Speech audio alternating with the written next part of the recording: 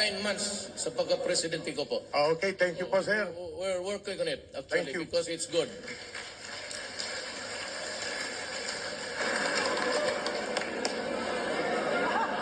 Okay, walang problema.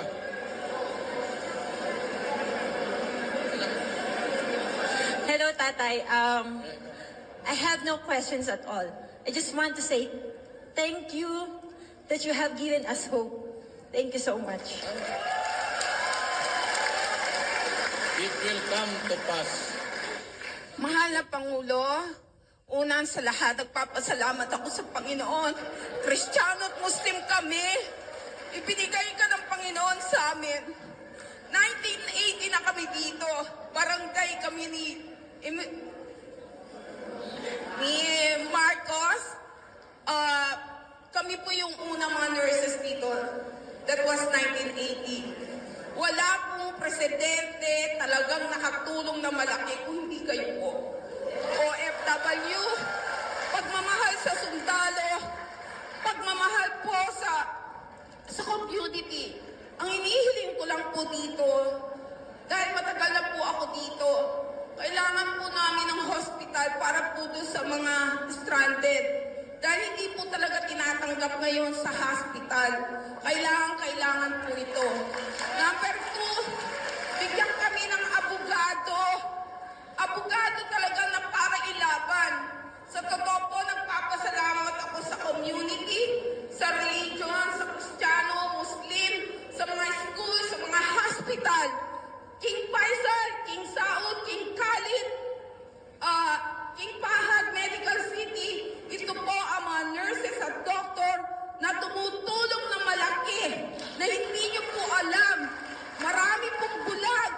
Hindi naman po kami inaano namin ang Philippine Embassy at Polo. Sana ang Polo at ang Philippine Embassy sana po ang Polo at ang Philippine Embassy hindi sila nag-aaway. Dapat magtulungan sila para tulungan ito mga stranded. No. Matagal na po ako dito. Marami pong bulag. Kailangan buksan natin ang ating isipan. Sa totoo lang po. Yes, ma'am. Marami ng bagay. Ako po ay apo ni Aguinaldo. Ito po ay hiniling ko at ako po ay nagpapasalamat po rin kay Alina Articulo, ambassador ng mga nurses dito sa King Faisal Hospital. Alina Articulo. Mr. Alina Articulo.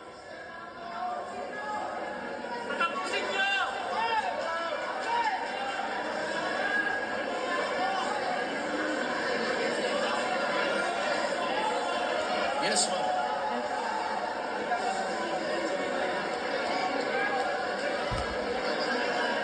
Magandang gabi po, Pangulong Rodrigo Duterte.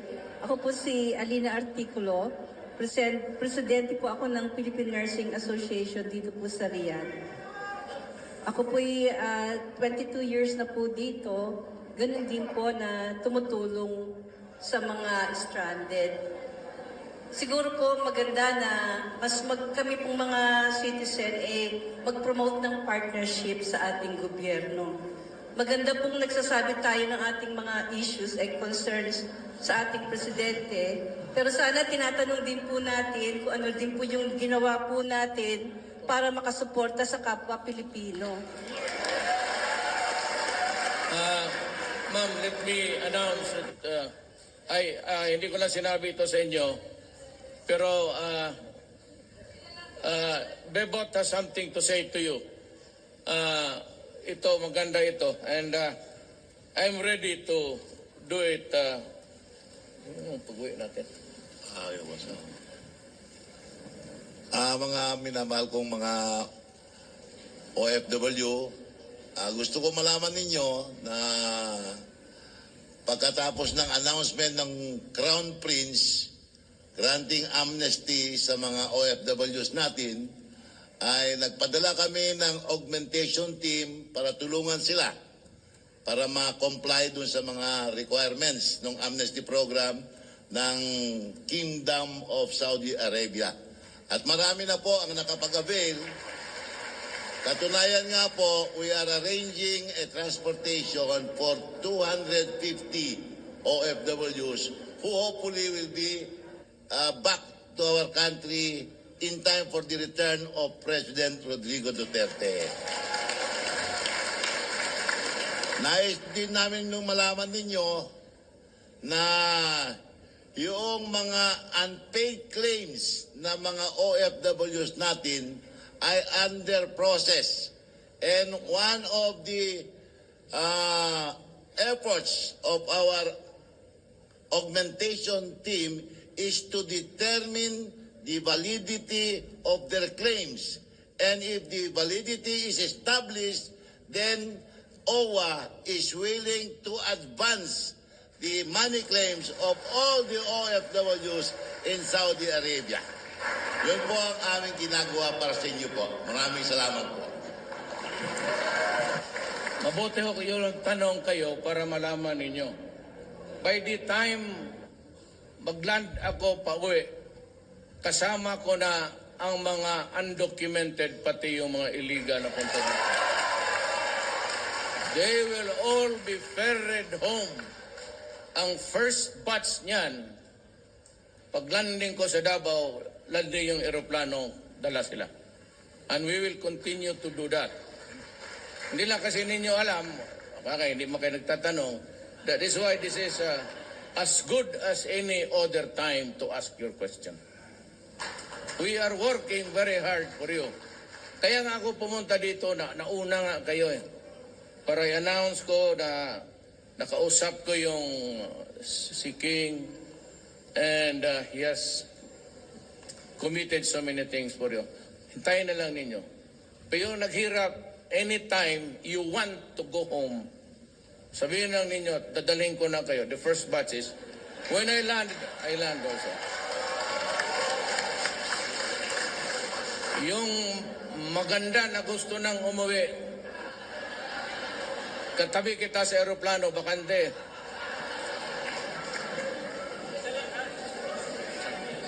Yes, I'm willing to answer your question.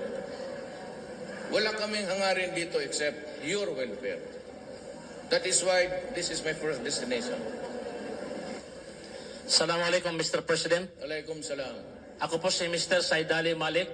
Ako po yung Secretary General ng Duterte Middle East Movement, which is now Diversified Movement of Empowered Migrants. Heart-to-heart question po, Mr. President. We have been usually addressed as modern-day heroes.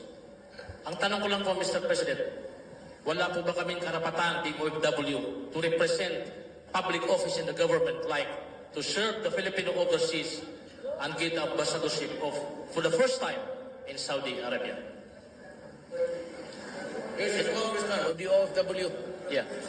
Idagdag ko lang, sir. The Duterte Middle East Movement just now, and Madam Seng Plaza is our witness.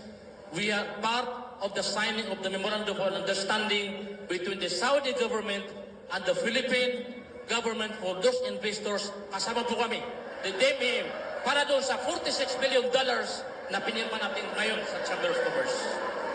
Ganyan po, kagaling ang mga OFW. And I will promise you that your dream will be realized.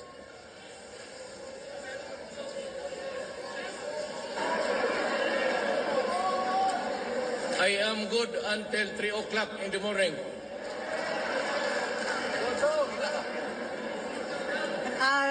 Good evening, Mr. President, and sa inyong mga kasama.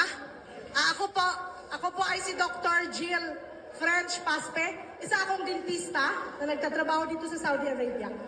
Nagpapasalamat ako dahil sa isang executive order galing kay President Gloria Arroyo noon na nagsasaad na ang lahat ng mga Pilipino dito magkaroon ng Special Professional License Examination.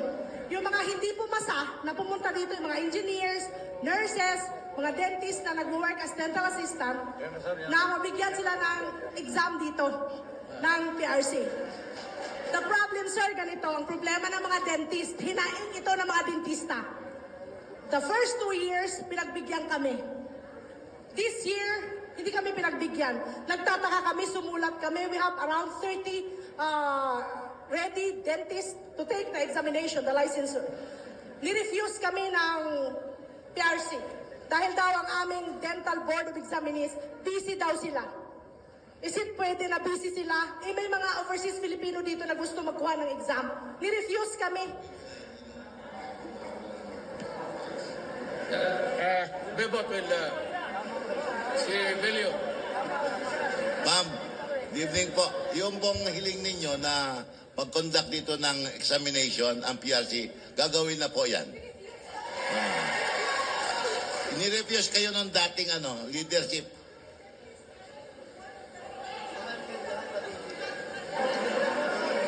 Lahat ng PRC po, gagawa na lahat ng paraan. No? Dito ang gagawin para sa inyo. Hindi, gagawa, isasama natin ang dentistry. Ito ba? Lahat to professional dito na. Kaya yan, matagal na ho yung pinaplano namin para sa inyo. Everything that would make you comfortable here will be done by your government.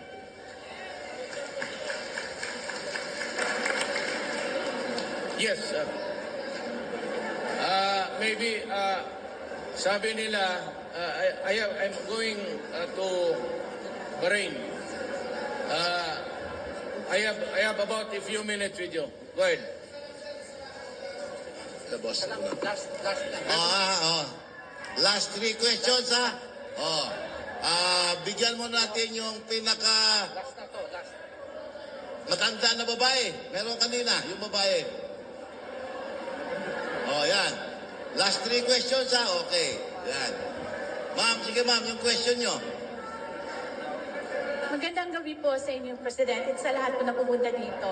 Una sa lahat, maraming salamat po talaga. I'm just an ordinary citizen and malaking kagalakan sa akin ito. Isa lang ang pwede ko pong, una sa lahat, thank you po sa being the President of the Philippines. A lot of things that you have done and accomplished. Isa lang po ang sasabihin ko, sana po pwedeng itaas ang rate ng OFW Filipino dito sa Riyadh po. At hindi lang sa Riyadh, sa whole Middle East, itaas po. Kasi I was working since 1998, ganun lang pa rin ang rate. Yun po ang pinaka-the best sa lahat po, nurses, engineers, lahat po, laborers. Yung rate po. Sige ma'am, magandang yan. Magandang Yes. suggestion po yan. And we will discuss this with the Minister of Labor of the Kingdom of Saudi Arabia. Salamat sa ito, sir. Yes, thank you. You're the man with the balls. Thank you ma'am. Thank you. Next. Maayong gabi, Mr. President. I am Adel Guru Alim. Ang tao po ito ay alam niya ang topografiya at geografiya ng Kingdom of Saudi Arabia. Kaya ni-endorso po in behalf of OFW, we are the Duterte Middle East Movement, Dr. Abdul Hanan Tago for ambassadorship. Maraming pong salamat. We will consider the name. Okay, last. Bigyan natin yung yung naka-blue, naka-long sleeve ng itim. Yan. Ikaw. Hi sir, Tatay Tigong, magandang gabi po. Welcome to Saudi Arabia. Ako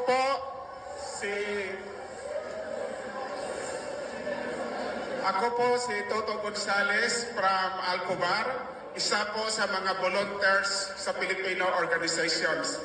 Sir, ang concerns lang po namin, ang mga Pilipino po doon sa Eastern Region, around 300,000 po. Sa loob po ng ilang dekada hanggang ngayon, wala po kaming consulate.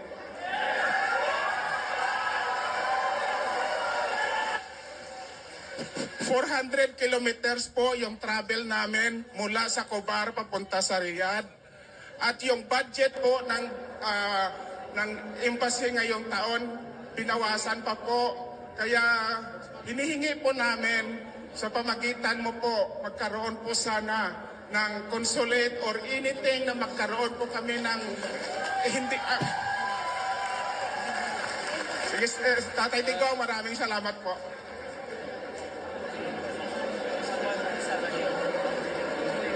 We'll give it to them.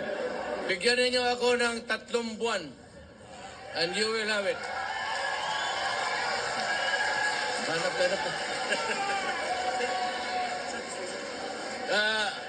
boss. Ako na magsabi, boss. Ayaw. Ang aking flight is overdue. So, kailangan nag-adikit na ako. I have to go. May meeting pa ako sa government official dito. Mga kababayan, may nagbigay ng instruction si Presidente Duterte sa embassy na ituloy ang dialogue with all of you. Open ang embassy at ang polo office to discuss with you all your problems.